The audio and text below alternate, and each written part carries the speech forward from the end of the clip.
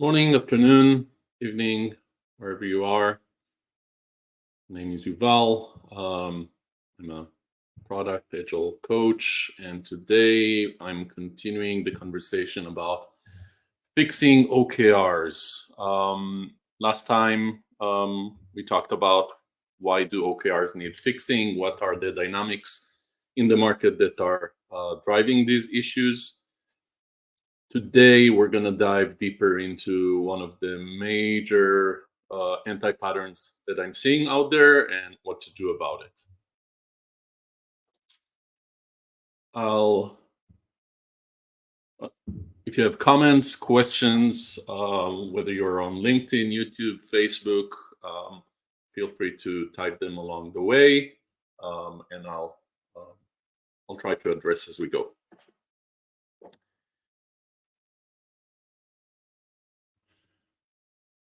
So the problem I wanted to focus on today is too many OKRs.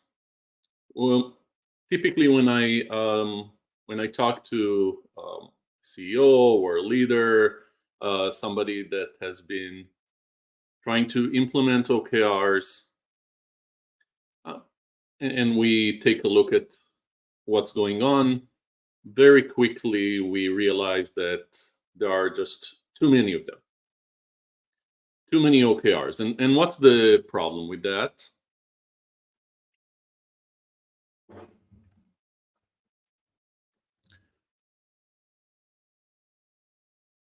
Well, the major problem with OKRs is that with too many OKRs is that when you have too many, you can't really focus. So let's remember, why are we using OKRs? We're using OKRs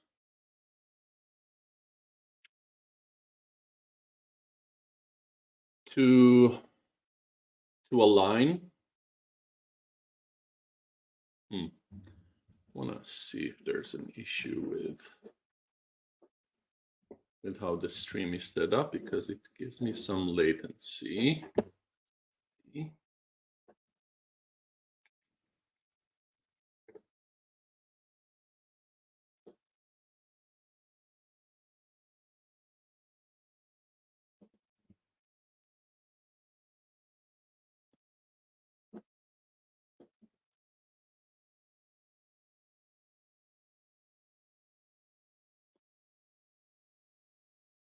Let's try it this way.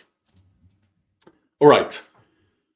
So the intent of OKRs, as a reminder, is to help us align, to deal with the situation where we have some strategic change we want to drive in the organization, and we're seeing that people aren't really executing in a way that is aligned with this strategic direction.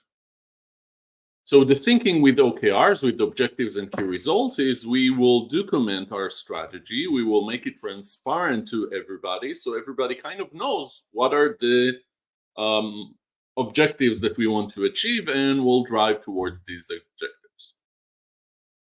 So what's the problem with having too many OKRs? When you have too many OKRs, transparency is actually being affected. People can't see the forest for the trees. When there are too many OKRs, they don't really understand what's really important. They don't even remember what's really important. When you have 10 company level OKRs, there's little chance that people will actually remember all of them. When there's one or two, it's easier to actually remember. And as we start to scale it throughout the organization, each level adds their own number of OKRs. And if the number is too high, it will be very hard to actually understand what's important. Not to say focus. We know that when there are too many things we're trying to juggle, none of them are going to move very fast. When we talk about flow, we talk about the fact that it feels like a swamp. When there are too many OKRs, none of them are really going to move. None of them are going to be handled really with creativity and innovation. we're just gonna continue to do work the way we were doing so far. So let's maybe talk about why do people implementing OKRs have so many OKRs.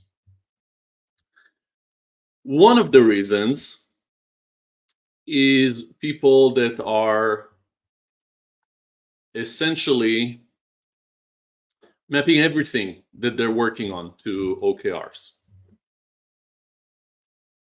You're probably familiar with the notion of big rocks, and this comes from this metaphor of trying to fill a jar, and when you're filling it first with the sand, you won't have room for the big rocks. If we look at the list of our OKRs from this perspective, the fact that we have tons of OKRs probably means that we have an OKR for everything in the jar, not just the big rocks. We also have OKRs for the pebbles and maybe even for the sand. Why is that? Because some organizations have got the impression that everything needs to be mapped to an OKR. Everything that they're doing needs to be mapped to an OKR. That's actually not the case. If you remember, last time I talked about the fact that OKRs are actually intended to help us get out of the ongoing grind, get out of the whirlwind, the day-to-day, all of the sand and maybe even some of the pebbles. OKRs are trying to focus us on the big rocks. And in some, operating systems similar to OKRs, those are even called big rocks. If you look at EOS, Entrepreneurial Operating System, the goals that are more or less comparable to OKRs are called big rocks in that framework. I believe that's the name for them in Silos Politics and Turf Wars as well, and that's the source for that. So first step of improvement could be to actually take a look at our OKRs and try to see if we're using OKRs just for the big rocks or for everything. Are we even using OKRs for the big rocks? Or have we filled the jar with pebbles and sand, and there's actually no space for the big rocks? So another interesting question is, do we actually have an amount of OKRs that makes sense for our ability to execute? Which kind of reminds us of Lucy in the OKR factory, where we really need to understand how are we establishing the number of OKRs that we can take on. In a lot of organizations, setting OKRs is a push mechanism, which means that, let's say, the leadership team sets company level OKRs, and that should be the case, right? Leadership should set the direction. But we need to remember that OKRs are about, yes, we aspire to achieve something, but it should also be within reason. When JFK set an OKR of we want to get to the moon by the end of the decade, it wasn't science fiction. It was based on some conversations, what's realistic. It was kind of a balance between push and pull. We want to push, we want to aspire, we want the OKRs to provide a vision, but it should also be connected to reality. We should involve people with, is this realistic? Is this realistic in consideration of the other OKRs? Especially if we want OKRs to actually be disruptive and aspirational, we need to be careful with how many of them do we tackle at the same time. When YouTube, for example, set an OKR, which was a dramatic growth in the number of concurrent, active video being watched at the same time, that actually had an impact on other things that they had to decide not to focus on at that time. So that's an important conversation to have. Which are the big rocks that we want to focus on? how many of them can we actually do? What can we do for these big rocks? So the conversation around what should be the key results for each one of these objectives is an important conversation to have. Maybe we want to set an objective, a direction, but we won't necessarily be able to do everything that we aspire to there. So the conversation, the negotiation around what's possible and how many of these things can be possible can reflect itself in what are the key results that we're setting. How far are we aiming to drive or to get to in this direction?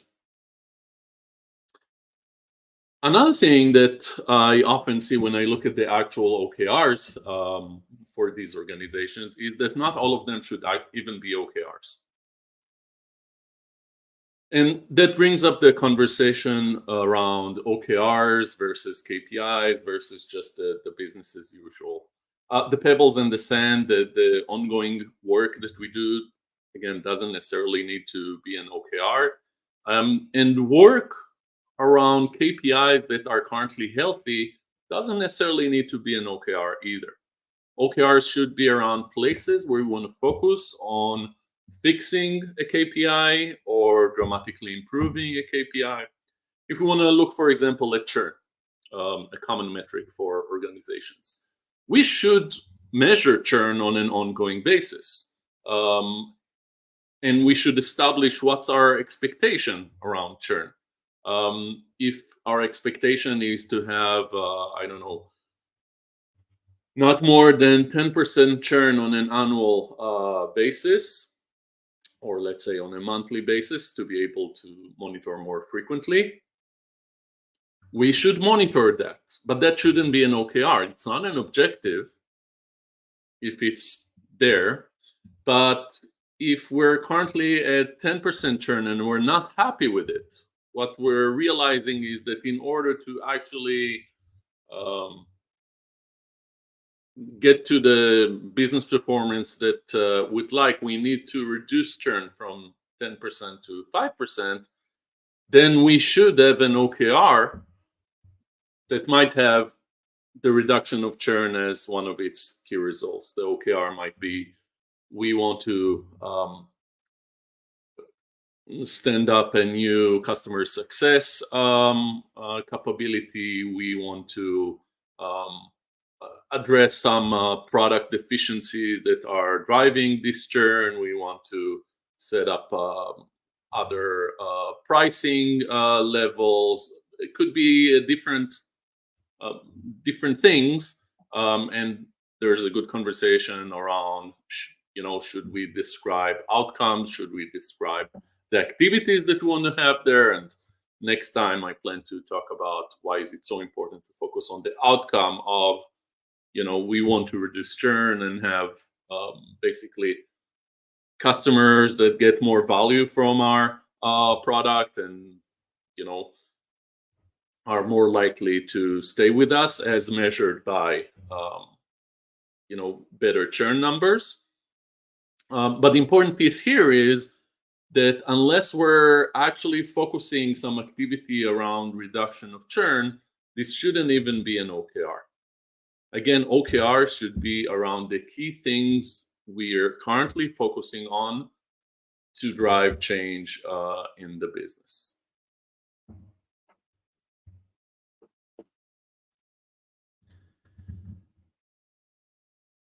Once we focus on just those things that are about driving change in the business, whether it is by developing new product capabilities, new products, new business processes, so customer success, for example, making changes in how we help our customers succeed in using the product is not necessarily a product capability, but it still might be a good OKR. Now's the place to think about how do we manage the flow of these OKRs. So if we want to move from just push that doesn't take into account how many things are possible, and we want to actually manage the flow of OKRs better, one idea that usually helps organizations that I work with is to establish an OKRs Kanban. The structure of the Kanban can vary, but generally you want to think about, let's call it the upstream, the conversation around, there's this potential problem that we want to address, or opportunity we want to take advantage of. We're seeing some opportunity or threat out there. These are ideas that we have for what to do about them, whether it's internal capabilities, whether it's product capabilities, whether it's to partner with somebody. All of these ideas for big initiatives that or big objectives that we want to set can be in some sort of funnel in this Kanban, and then we need to maybe refine them, review them. Not everything automatically goes, but we want to do that in consideration of all of our options. We want to think about, okay, that objective, what would be reasonable key results for it, have some conversations with the people throughout the organization that might need to be involved in actually making it happen. Maybe prioritize across those OKRs in your favorite technique. Can use weighted shortest job first, just prioritizing, participatory budgeting, buy a feature, your favorite innovation game, whatever.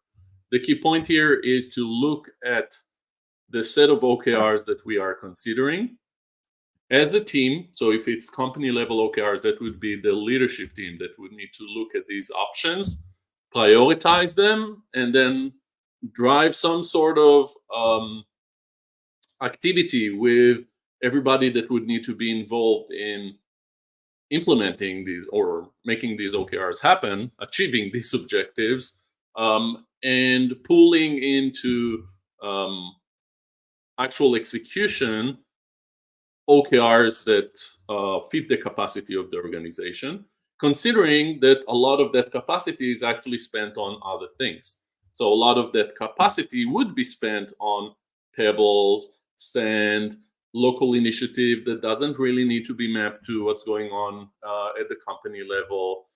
Some of the work will be just business as usual. Some of it would be to monitor and keep the KPIs healthy, but doesn't need to be OKRs.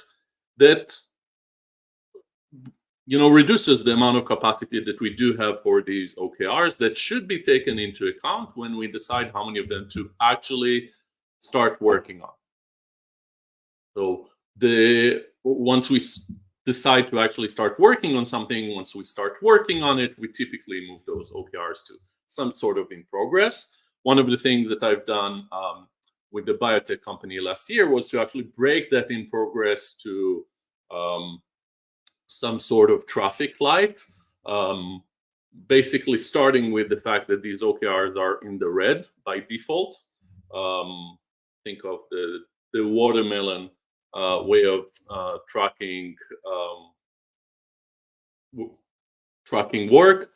It's green if we think that it's okay. It's red, if we don't. The typical default way that organizations do it is everything starts as green by default, but then it makes it very hard to acknowledge and give transparency to the fact that it's red.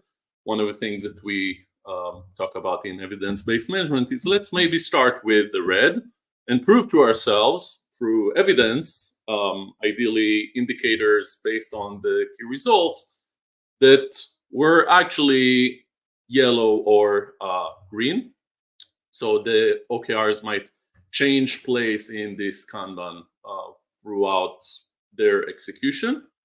And when we feel like we've achieved them, we have some sort of review process. We learn, we decide what to do next with these OKRs. This flow happens in parallel to the cadence of actually planning, executing, and then reflecting on the OKRs. Typically, there's some sort of quarterly cadence of planning OKRs, but there should be some ongoing cadence of checking up on these OKRs. Let's not wait until the end of the quarter to see what's going on with them.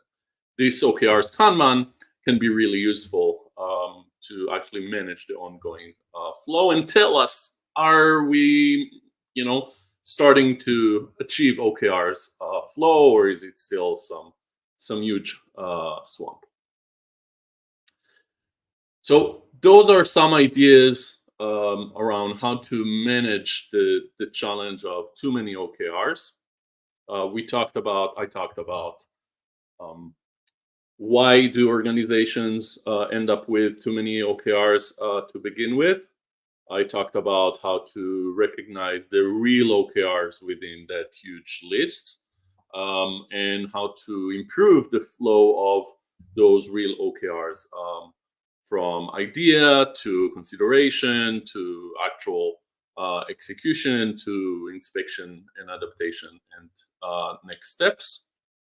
Hopefully, um, that's a useful perspective that you can take to your own OKRs. Let me know if you have any questions, comments, or ideas. See you next time.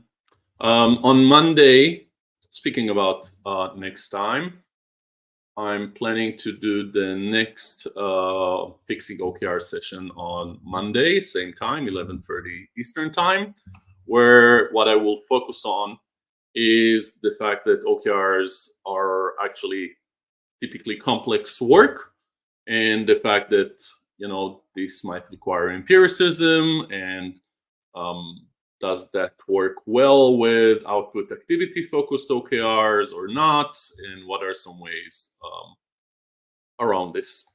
So see you then.